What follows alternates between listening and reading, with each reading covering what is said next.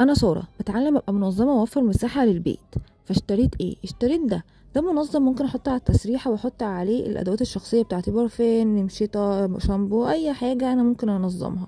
فتعالوا نشوف هنركبه مع بعض ازاي. طبعا اي حد عايز يركب اي ستاند يبص عليا عشان انا اعمله يعمل عكسه على طول، لان انتوا شايفين اصلا انا ماسكه الستاند بدماغي ازاي. هو انا كده فعلا ده اقصى حاجه انا ممكن اعملها. شوفوا انا بعمل ايه وتعلموا الصح بقى، ما تعملوش الغلط اللي انا بعمله ده. بس برضو ركبت يعني ربنا بيقف معايا. بس المهم بقى ان انا بدأت اركبه، وبصراحة حسيت ان الجودة بتاعته كويسة، يعني هو سعره حلو جدا، سعره مش غالي، صناعة محلية. دي بقى المنطقة اللي انا عايزة انظمها.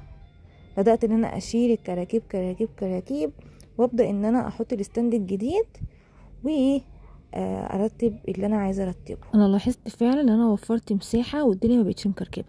بياخد على فكره كميات كبيره من القطع. دي بقى قطع انا جايباها رخام، بحبها قوي، ممكن احط فيها خواتم او احط فيها اي حاجه. هي شكلها لذيذ ومحفوره بالايد، صناعه محليه وصناعه يدويه، فانا بحترمها وحسيت ان انا عايزه احطها على الستاند، وده الشكل النهائي.